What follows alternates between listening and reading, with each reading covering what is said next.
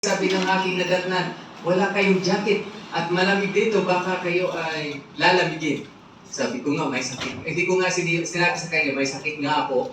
Pero pagdating ko mga kapatid, hanggang ngayon, talagang tunay ang Panginoon, napakabayad at napakabuti.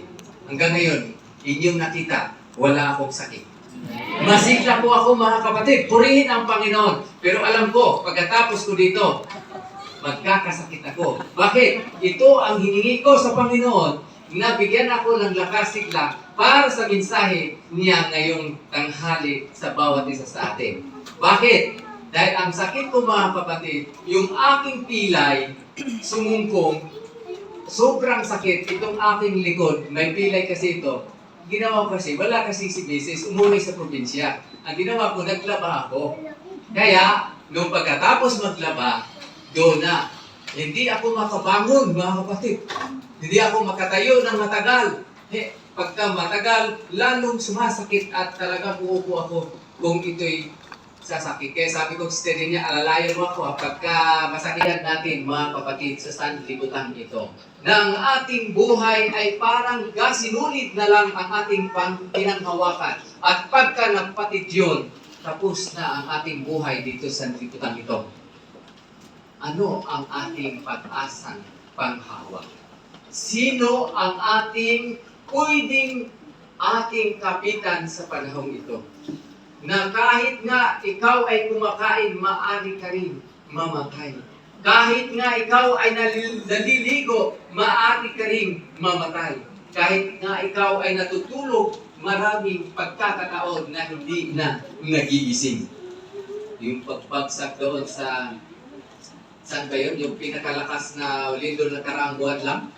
Na ang daming namatay? Oo? Thailand. Thailand? Myanmar? Oo. Totoo yun mga kaibigan, mga kapatid ko. Minsan, bago ako matulog, sabi ko, Panginoon, hindi ko alam baka may lindol na darating. Dahil matagal na yung sinasabing gabiguan na walang maiwan sa Metro Manila. Sabi ko, kung mangyari na, ako'y matulog na ngayong gabi, patawarin mo ako sa lahat-lahat ng aking kasalanan. At kung mangyari naman yan, ang mga lindol o kaya'y mga sunog ng mga trahedya na habang tayo natutulog, ako'y sigurado na sa inyo. Alam po niyo mga kaibigan at mga kapatid, napakaganda na karanasan ng ating kapatid, itong si Jerry Tuason. Kilala niyo si Jerry Tuason? Yung naiwan sa siyam na pasahero ng van. Solo flight. Yung survivor mga kapatid. Driver. Alam po ninyo kung ano ang kanyang katayuan ngayon? Siya ay nakitaan na sa kabila ng kanyang naranasang lungkot sa buhay na natiling liwanag sa sanlibutan. Anchor in hope, God's light in the last days.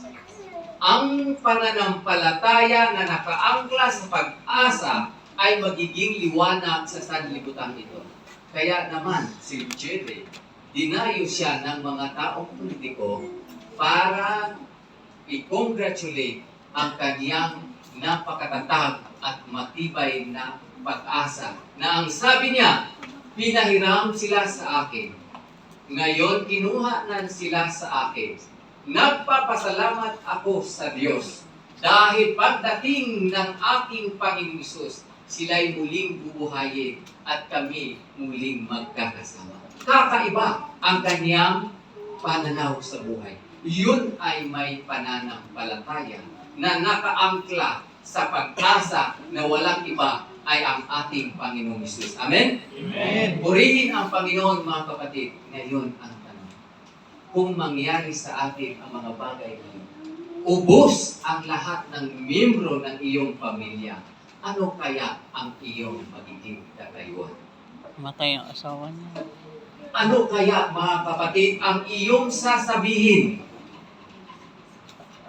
Masasabi kaya natin mga kapatid ang sinabi ni Jerry na pinatawad niya ang driver dahil human error, katulad lang din siya sa akin at sa inyo na nagkakamali. Kaya ang kanyang dalangin na ang lahat ng tao ay maunawaan ang kalagayan na nga tayo'y nasa panganib na panahon. Mapipigilan ba natin ang mapanganib na panahon, mga kapatid? Na kahit sa pagkain, kapag hindi ka tumitingin sa iyong pagkain, maaring mayroong karayo ang bigas na iyong kinakain at tumusok sa iyong lalamunan at hindi ka na maooperahan. Ganun ang buhay natin, mga kaibigan, mga kapatid ko. Kapag wala po tayong pinanghawakan, sigurado, sabi nga ng nanay, kahapon, pinakinggan ko, mula umaga hanggang sa paglibing, paghatid doon. Sinundan ko ang programa. Ang sabi ng nanay, mga kapatid, buti na lang, ang dalawa kong anak ang unang namatay. Dahil kung ang aking mga manugang ang unang namatay, siguradong hindi kakayanin nila ang pangyayari nito. Dahil ang kanilang mga anak ay mahal na mahal nila ang kanilang mga asawang lalaki. At yun ang patunay nila. No? Kaya ipinahintulot ng Diyos dahil ang kanilang mga manugang, si Pastor Lee, ay matatag na lingkod din ng Diyos. Si Brother Jerry, matatag din na lingkod ng Diyos. Alam niyo kung sino mga pumunta ng mga politiko? Sila si Priscilla Acosta, Resida. At yung iba pang mga mayor at mga barangay at iba pang kilalang mga politiko ay nandoon upang makiramay. At ang kanilang nagustuhan, yung nakita nila kay Jerry, na talagang kakaiba ang kanyang mensahe sa sanlibutan. Buong sanlibutan, mga kapatid, natinig kay Jerry. Bakit? Hanggang doon sa ibang bansa, naroon ang mga Pilipino at nakatutok sa pangyayari, mga kaibigan, mga kapatid. Ngayon, si Jerry, ang sabi niya, napatawad ko ang driver at kaya kong yakapin kung kami ay magkita. Ang tanong, mga kaibigan, mga kapatid ko, kaya ba nating patawarin ang ating kapwa mananampalataya sa iglesyang ito na hanggang ngayon hindi pa tayo nagkakapatawaran sa isa't isa? Kaya pa nating patawarin ang lahat ng ating mga kapatid na siyang iniisip natin na nakakahadlang sa ating pong paglilingkod? Yan po ang gustong ipakita ni Jerry, na mapagmapatawad sa lahat ng panahon. Next slide. Balik ko na ulit. Okay, yan. Itong itong 1 Peter 5:8-9. Ang sabi niyan, be alert, be on watch, your enemy, the devil, roam around like a roaring lion looking for someone to devour. Mag-ingat daw tayo at mapagbantay, maging alerto. Dahil ang lion ay ang enemy o ang diablo ay katulad ng lion na naghahanap na kanyang malalapat makakain. Mga kaibigan at mga kapatid, gayon ang ating kalagayan ngayon. Kaya huwag po tayong magpabaya sa ating pong pananampalataya.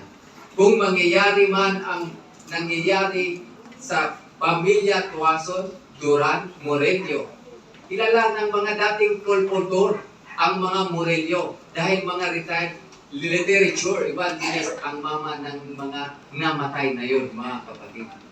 Ngayon, kung mangyayari ang mga bagay na yon, ano kaya ang mensahe na nais ipaabot natin sa mga tao sa sanlibutan ito? Di kaya puro tanong? Di kaya puro question sa Panginoon? Panginoon, bakit ang anak ko ba? Ang dami naman nandyan. Di ba ganun ang ibang sinasabi? Masyado tayong nagagaya sa mga terminology ng sanlibutan. Next slide. Tuloy tayo. Point number 2 tayo, mga kapatid. God's promise of hope amid darkness. Ang pangako na pag-asa ay magliliwanag yan kahit ikaw ay nakaranas ng kadiliman, unos, bagyo sa buhay natin. Hindi po ibig sabihin na kapag tayo ay mayroong problemang dinanas ng libutan ito, ay mawawala ang ating pag-asa.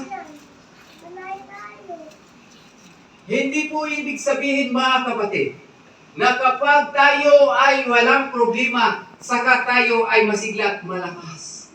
Nasusubok ang tunay na pag-asa, nasusubok ang pananampalatayang nakaangklas sa pag-asa kapag dumating ang unos, bagyo sa buhay.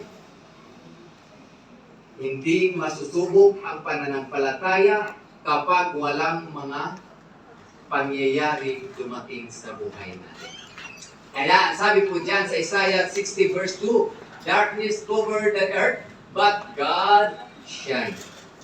Kahit man tabunan takpan kan ng kadiliman o ng problema sa liputan ito, pero mananatili ang Diyos sa iyong buhay at ikaw manatiling liwanag sa sanlibutan ito.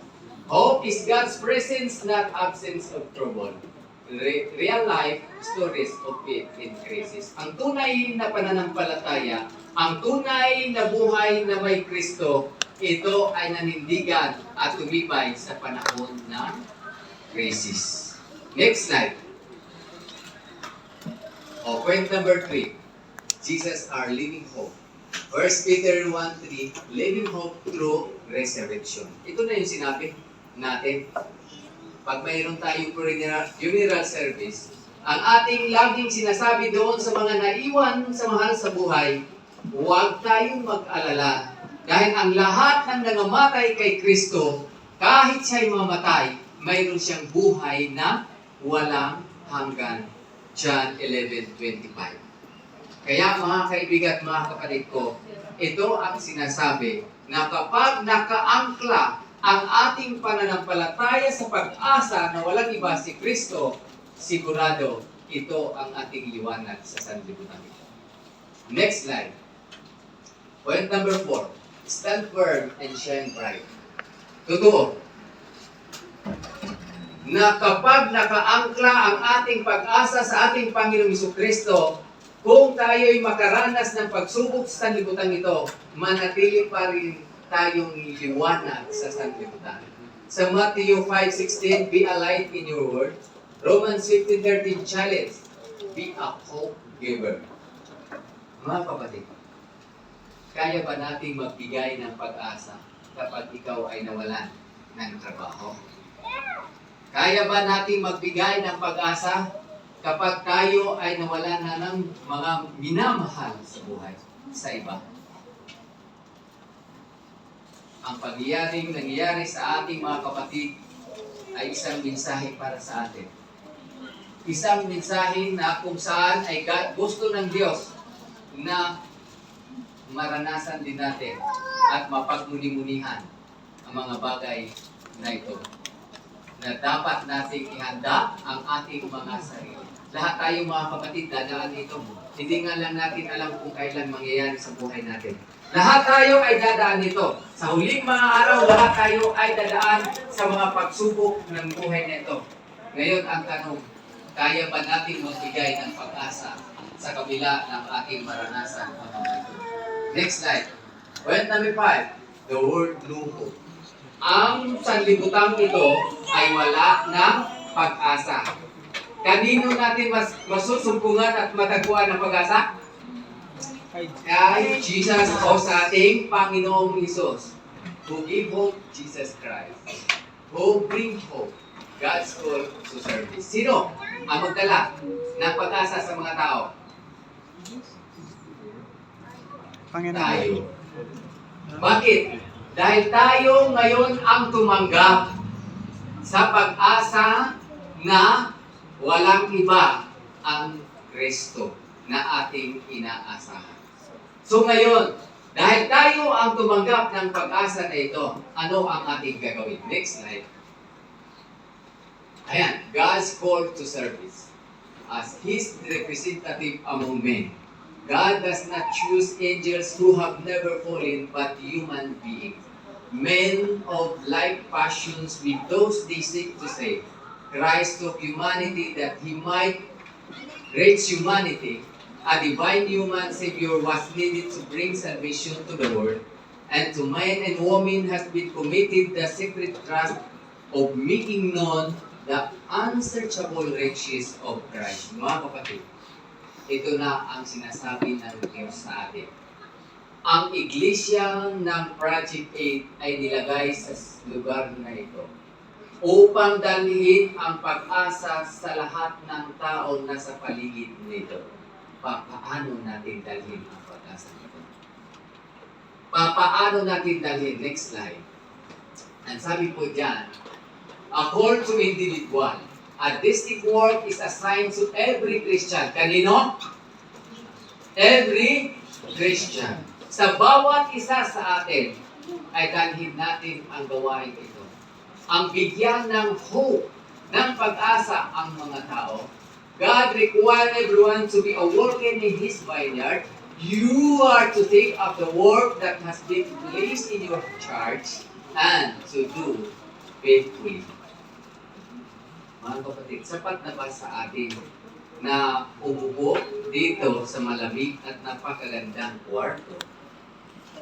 At pagkatapos, lumabas at sunod na araw, Sabado, babalik upang sumunod.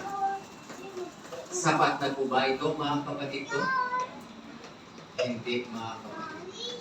Binigyan tayo, anong sabi ni Jerry? Binigyan tayo ng pagkakataon o binigyan ako ng Diyos na mabuhay pa muli o mabuhay pa sa pangyayari ito dahil mayroon siyang layunin sa akin. Ako at ikaw, kayo o tayo, lahat mga kapatid. Binigyan pa ng Diyos ng pagkakataon mabuhay sa libutan ito dahil sa isang layunin.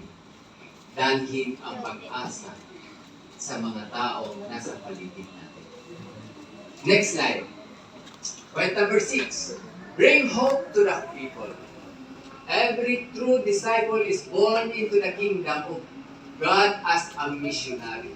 Ang lahat ng mga tumanggap sa pananampalataya na turuan ni Kristo ay siya'y isinilang bilang, missionary. Mga kapatid, ilapit natin ang mga tao kay Kristo. Yang libro na yan, mga kapatid, ilang thesis yun na nabasa yan? Steps to Christ. Kung inyong nabasa yan, ano ang inyong nakukuhang pagpapala mula sa libro niya? Kung inyong nabasa yan, ang sunod na tanong, naibigay na ba natin ito sa mga tao, sa paligid, sa kapitbahay, sa kamag-anak? Nailapit na ba natin sila kay Kristo na ating inaasahan na kay Kristo lamang matagpuan, masumpungan ang pag-asa? Itong aklat na ito, mga kapatid ko, kung inyong naibahagi sa iba, tapos ang inyong individual service sa ating kapwa-tao. Diba? Bakit hindi natin ginawa na magbigay ng pag-asa sa mga tao? Bakit hindi natin gamitin ang mga mensaheng binigay ng Diyos sa atin? Bakit ayaw natin i-share ang mensahe na ito sa iba? Mga kapatid ko, next slide. Sabi niya sa point 7, tell the story of Jesus. Jesus our hope and salvation.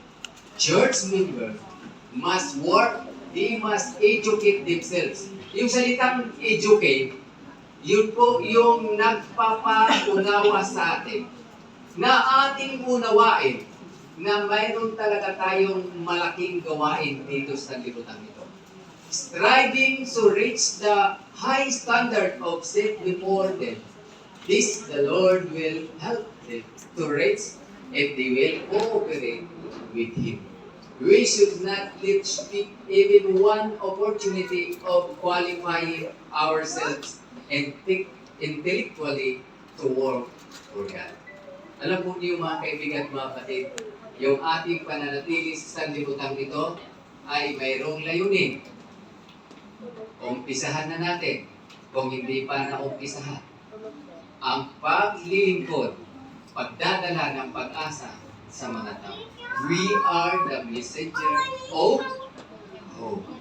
Tayo ang tagapagdala ng pag-asa sa mga tao. Baka naman, mayroon pang masiraan ng ulo dito sa atin dahil sa mga takot at pangamba sa mga nangyayari sa sanlibutan ito. Hindi ganun ang mga lingkod ng Diyos. Tayo tagapagdala ng pag-asa tapos tayo yung nasiraan ng ulo dahil sa takot sa mga nangyayari sa sanlibutan. Wala, hindi natanggap ang mensahe.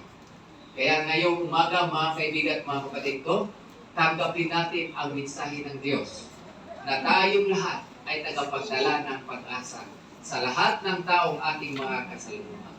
Alam po ninyo, kung hirap po tayong magbahagi sa salita ng Diyos sa pamagitan ng one-on-one na pakipag-usap, bigyan mo lang yan ng libro, Step to Christ. Sagot na sa iyong tapat na paglilingkod sa ating Panginoon. Tuwing sahod, maglaan ka ng isang libro o ito sa isang kapitbahay, Step to Christ. Sunod sa sahod, sunod naman ang kapitbahay. Sunod na sahod, po tayong lahat yan mga kapatid. Lahat ng ating kapitbahay, mayroong Step to Christ o kaya Bible story sa kanilang mga tahanan. Di ba pag nabasa niyo ang Bible story, parang talagang ang ganda ng kwento? Eh bakit hindi natin i-share sa iba? Yung kwento doon, kwento ni Jesus. Kung i-share natin, bakit? Dahil mahal? Alin pa ang mas mahalaga? Yung pira o yung taong tumanggap ng ating bibigyan ng binili nating libro? Yung tao, hindi yung pira. Bakit? Yung pira, pag nabangga ka doon, wala nang silbi ang pira. Di ba? Yung sasakyan na yun, na parang papel na. Nakita nyo, ang hirap kunin, kinuha pa o tumawa pa ng bako para kunin yung sasakyan na naipit. Sigurado may dala silang pera rin doon. At yung sasakyan na yun, pera din yun. Kaya, mga kapatid ko, ang ating po pananatili sa libutan ito ay ating po bigyan ng kahalagahan sa harapan ng ating Panginoon. Huwag po tayong maging kontento na tayo nakaupo lang dito. Makibahagi tayo sa gawain na malapit ng magtatapos. God bless po sa bawat isa. Amen.